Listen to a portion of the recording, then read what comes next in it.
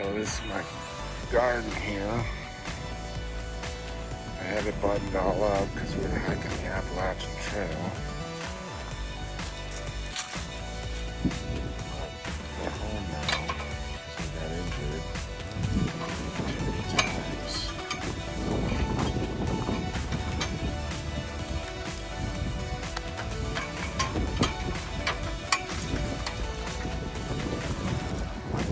I got all this silage tarping on.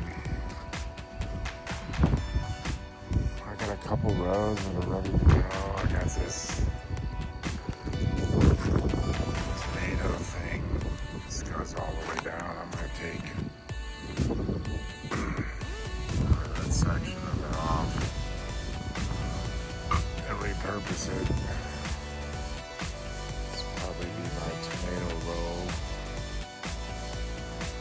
Had some vegetables the other day that I didn't get around. Typically I put my spreading stuff out here in this garden ground cover. Stuff is amazing. I don't have that many weeds in my garden anymore, but I said I was going to let this garden lay this year. Since we're back. Use it. Plant some stuff.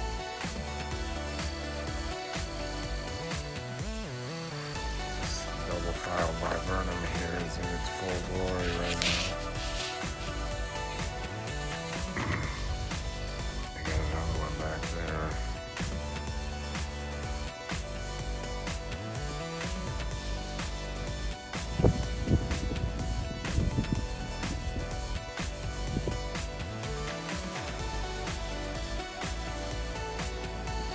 Grass is looking really good.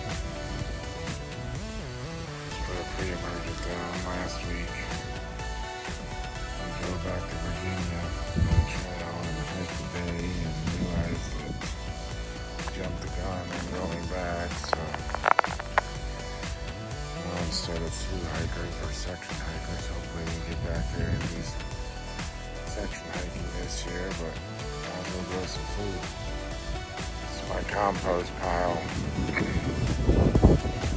It's a new pile. It's an old pile. Every other year or so, I buy about 15 tons or 15 yards of mushroom compost, and I let it sit for 6 months.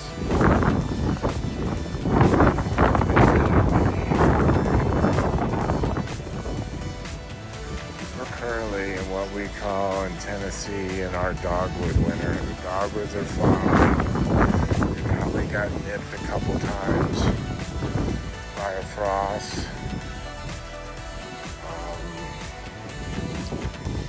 It's around, I don't know, the 18th of April. So we're really expecting our last winter, which is the blackberry winter, which the only downside of this black plastic stuff is you can't cut it. You gotta torch it.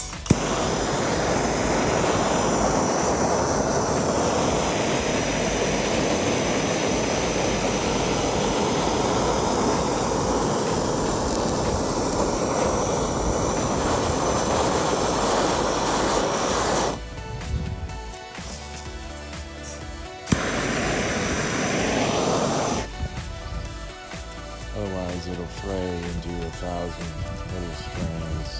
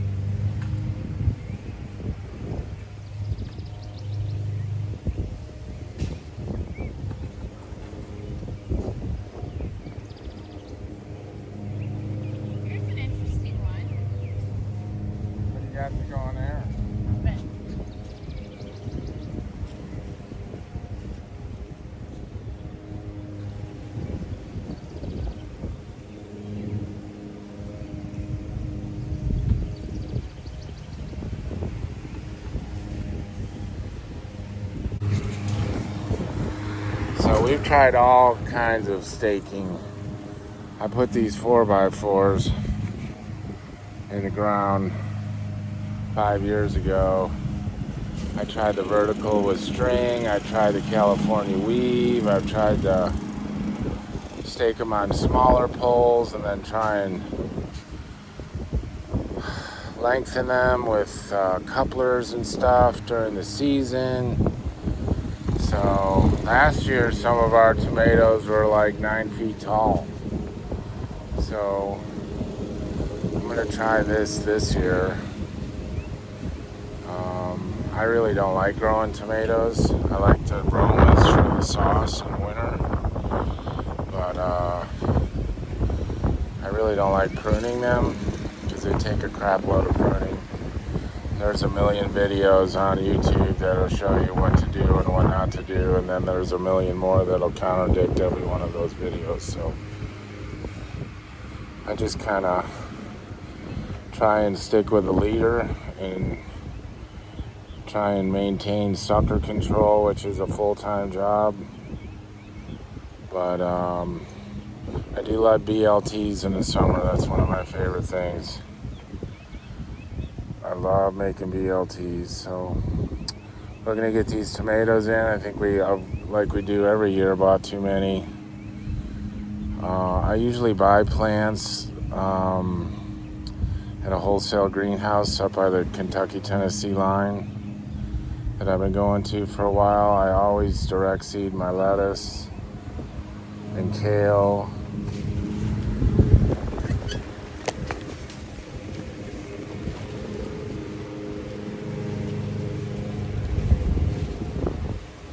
Back there, maybe we should put the peppers up here. Yeah. With onions around them. You do use the peppers, don't you? Huh?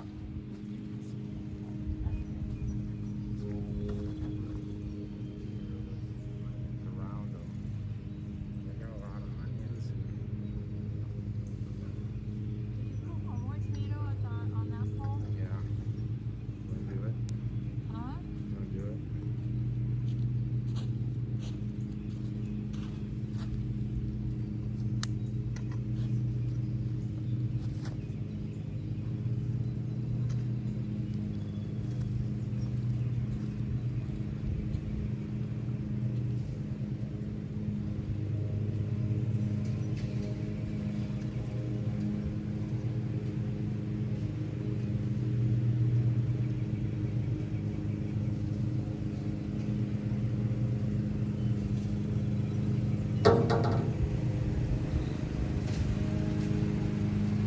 Oh, don't the,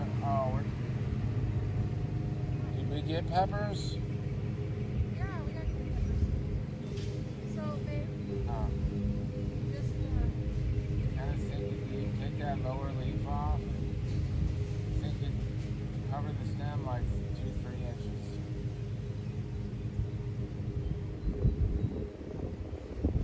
Gotta put it right on the pole though.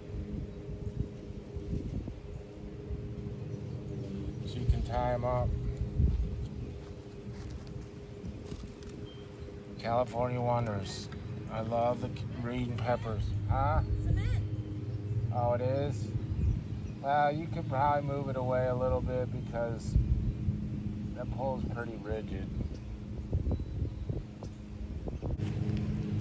So I don't really have to amend the soil with this soil. This is a no-till garden. I may have tilled it once 6 years ago, but I really just make my rows and build them up with this compost, which is mushroom compost. It usually sits for 6 months. I threw a fair amount of potash from the stove this winter and mixed it all in. We'll probably put some Epsom salts around the tomatoes, but this soil is pretty stout.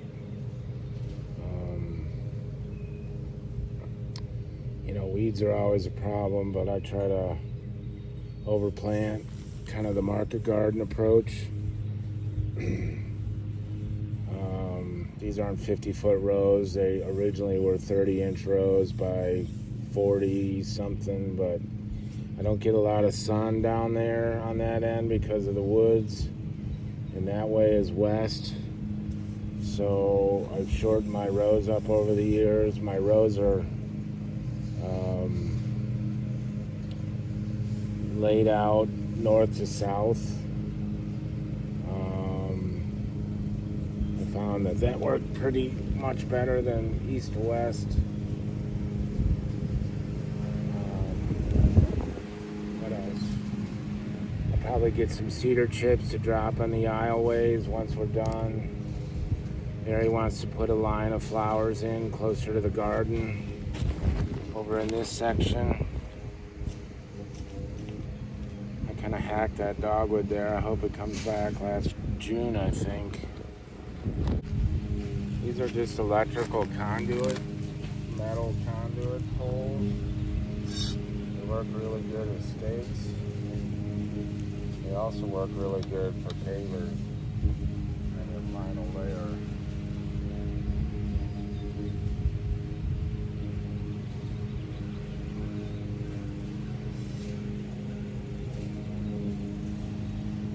I'm going to interplant these peppers with onions.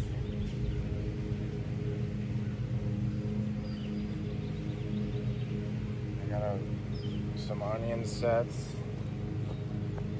You know, onions are kind of tricky, especially in the south. I'm using short day onions this year because we don't get a lot of day length here because of our latitude. But I don't know if you guys know any tricks of the trade for onions. I think it does matter. Long day versus short day. There's probably some universal day onions out there now, I might suspect. I always put my cucumbers and my wandering plants out there in the black poly section to wander and do their thing. I just can't, typically I don't have time for weeds. So that's a nice alternative for me, is that black poly.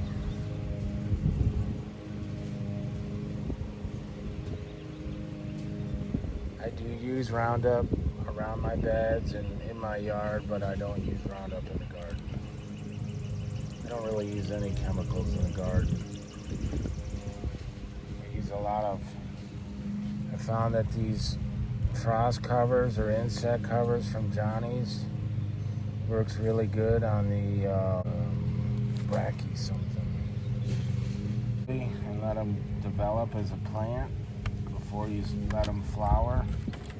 Okay, I got some different onions here, and I got some onion sets. I've never tried, maybe these aren't onion sets. Maybe these are, I don't know. I like these better. I've never really tried the onion sets. You would think it would work just like garlic. Kind of pre-soaking everything in water. I don't know why we don't get any rain in Tennessee anymore, but we don't. No, I don't think it's global warming.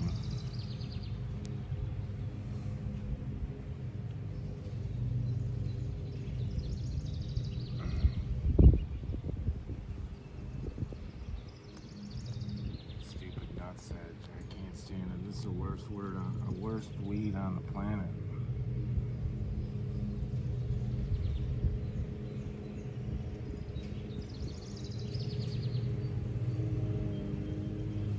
These are a sweet onion, not my favorite, but I love onions and I will eat whatever onion there is.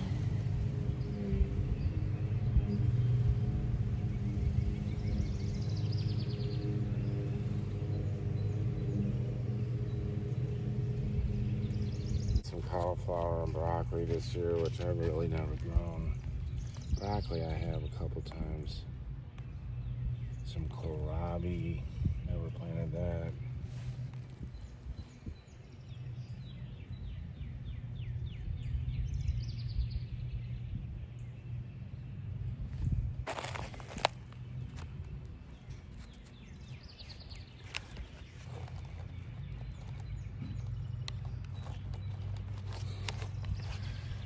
just tell me I recorded. So we got a lot of the garden stuff in today. I put on. I did a lot of interplanting with onion, both around the peppers and some of the brassicas. Got the tomatoes in. Got my irrigation running. There's no wind now. I really spaced my cucumbers out. I don't know if you can see them. There's one. There's two. There's three. And then there's one right there. So they wander around the ground. Thought about getting a hog panel and making an arch. I'm just not that motivated. Still need to throw a row right next to this tarp. I'll probably put beans in there. We do a lot of beans. I like bush beans and I like Italian beans. I can't remember the variety that was recommended to me, but they're fantastic. Some old-fashioned variety.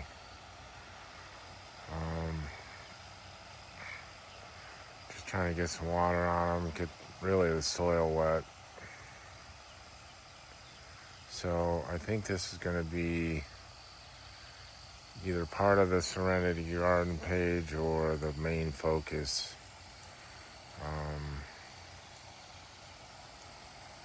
Might do landscaping and vegetable gardening, I don't know, but originally I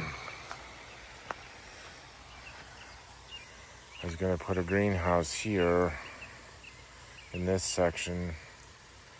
I'm not sure if I want to do a commercial style greenhouse with metal hoops or just build one out of PVC. I don't really want to draw a lot of attention to it. I've been pretty fortunate. You're not supposed to have a 6-foot fence, and I got a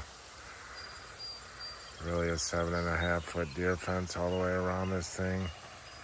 It's really hard to see from a distance. It's kind of translucent.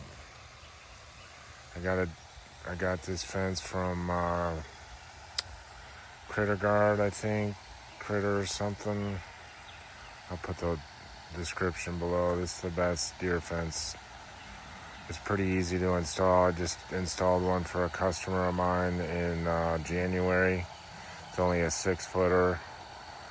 I did his a little bit better. I know overhead irrigation's not the greatest thing in the world, but it's right now it works. I built him a solar irrigation system, my customer, and I'm probably going to do the same thing. I'm probably going to slap a couple solar panels on top of that roof and get a jackery or something in this shed, and then get a couple of those 225-gallon square tanks, maybe 3 of them, and set up a valve drip system, solar irrigation system. It's pretty easy. But that's not today. That's probably not this year. Maybe in the fall. But anyway, we made some progress today. I got to get some mulch in between the rows. I really got to finish this row. And then over here where this tarp ends here, I'm probably going to fold this tarp back to, maybe 1, 2, 3, 4 feet. Just fold it under and restaple it, and then put another row here. Mary wants to grow wildflowers. Never really done that. It's a great pollinator. So I'm not opposed to it. Probably look kind of cool too. But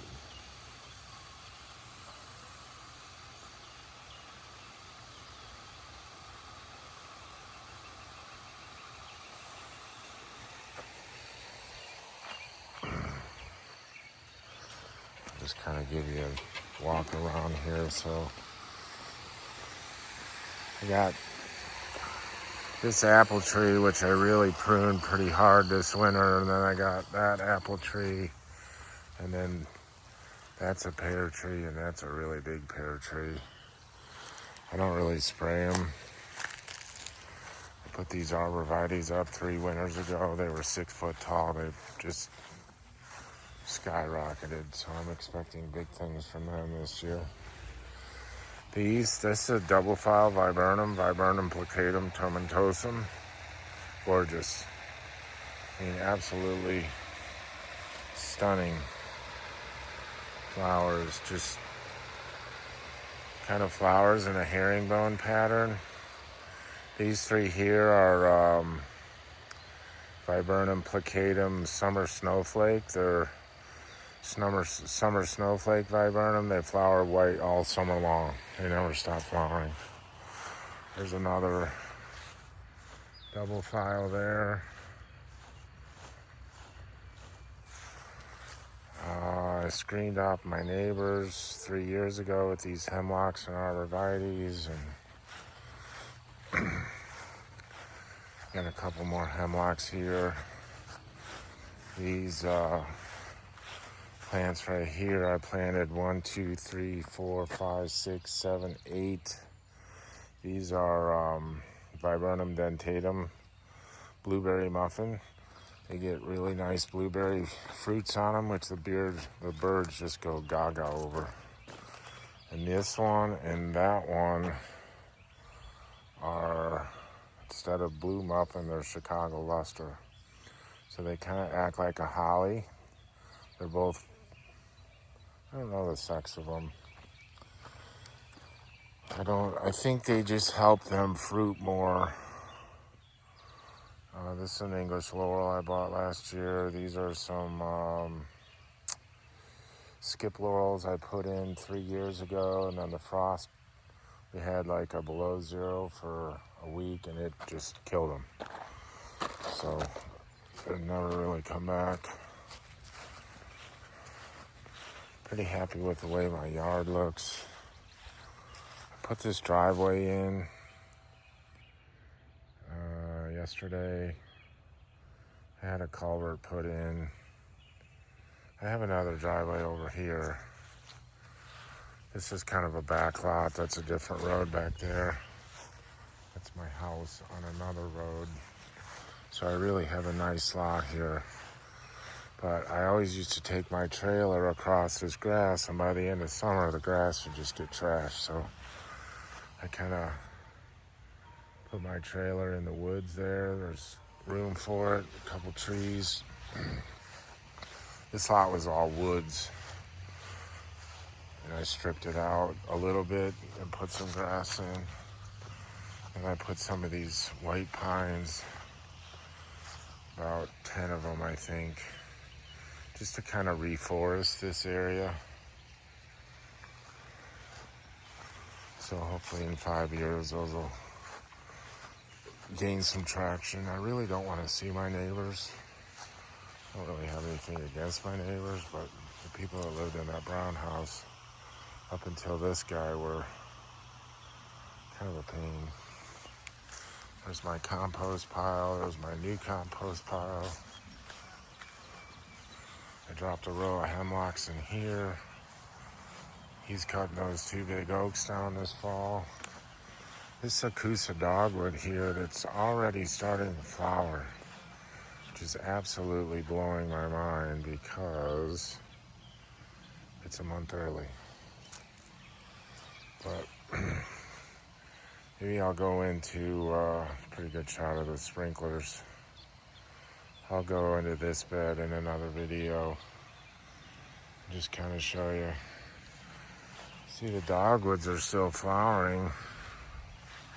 I've never seen a Akusa dogwood flower the same time that a Cornus Florida flowers. But I mean, these are ending. They got a little brown tinge to them. But Really just trying to get some water in the garden tonight, get the ground wet. Got a monster white pine right there. That thing is huge. And I got these massive white oaks. It's a big reason why I got this place, the trees.